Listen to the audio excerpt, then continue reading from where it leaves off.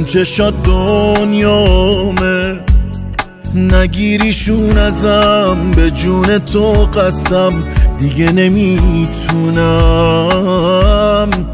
من دلم آروم نیست، بری زبونم لال، با تو یه چند صد سال میشه که بمونم. قربون خندت برم، میمیرم من واسه آخر سرم.